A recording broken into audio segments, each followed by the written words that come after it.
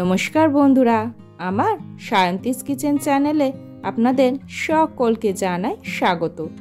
আজ খুব পিঠা খেতে ইচ্ছা করছিল, কিন্তু তেমন কোনো উপকরণ নেই, শুধুমাত্র চালের গুঁড়ো আর দুধ ছাড়া। কিন্তু এই চালের গুঁড়ো আর দুধ দিয়ে দুর্দান্ত স্বাদের পিঠা বানিয়ে দেখাবে আজকে আমার মা।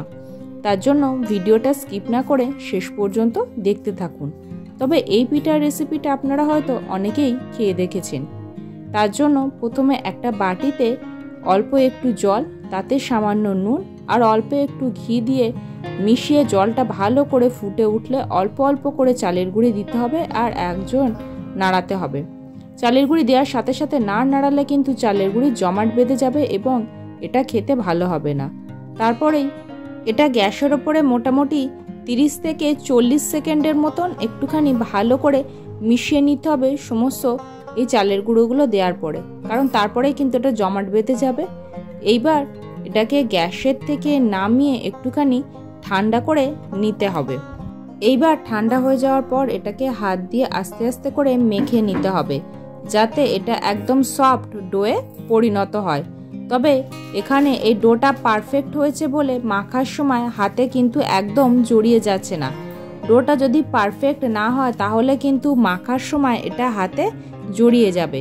সেক্ষেত্রে হাতে একটু সামান্য ঘি মিশিয়ে নিতে হবে আর বাটিতে যতটা জল ততটা পরিমাণ কিন্তু চালের গুঁড়ো দিতে হবে। দিয়ে এইভাবে যদি কুক করা যায় ডোটা একদম এইরকম শেপে হবে, হাতে একটুও জড়িয়ে যাবে না।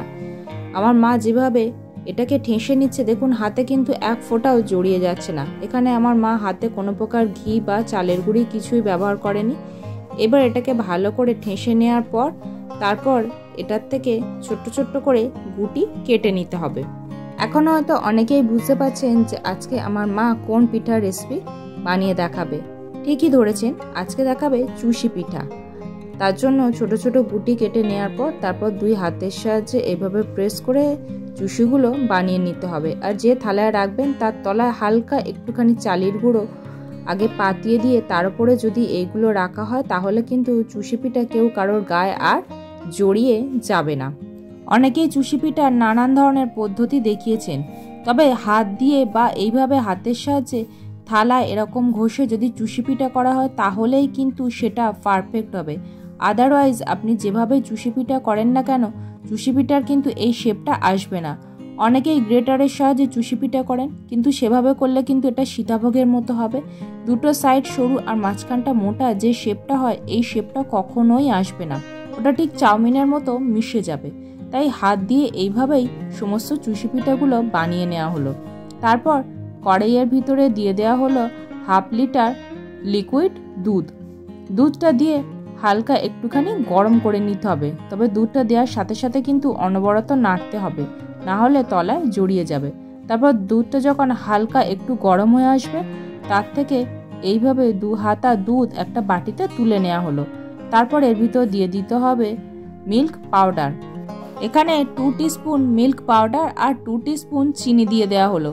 দিয়ে এবার এটাকে ভালো করে মিশিয়ে নিতে হবে। মিল্ক পাউডারের সাথে যদি চিনি দিয়ে তারপরে কোনো লিকুইড জিনিসে মেশানো হয় তাহলে কিন্তু এটা খুব সুন্দরভাবে মিশে যায়, ভিতরে কোনো দলা থাকে না।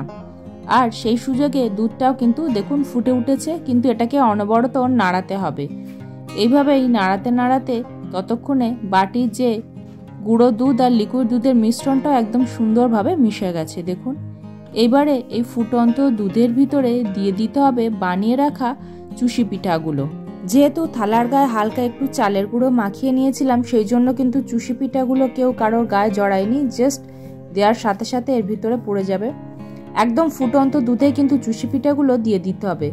দিয়ে জাস্ট খুন্তি দিয়ে হালকা একটুখানি দুধের ভিতরে ডুবিয়ে এটাকে চাপা দিয়ে রাখতে হবে, নাহলে কিন্তু চুষি পিঠা ভেঙে যেতে পারে।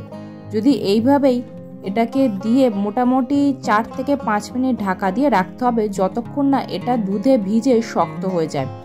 দুধে ভিজে একবার শক্ত হয়ে গেলে কিন্তু চুষি পিঠাগুলো আর ভাঙবে না।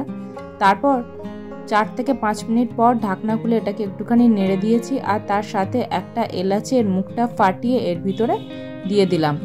দিয়ে মিশিয়ে এটাকে হালকা একটুখানি নেড়ে নেব। তারপর এর ভিতরে দিয়ে দিতে হবে সামান্য একটুখানি নুন।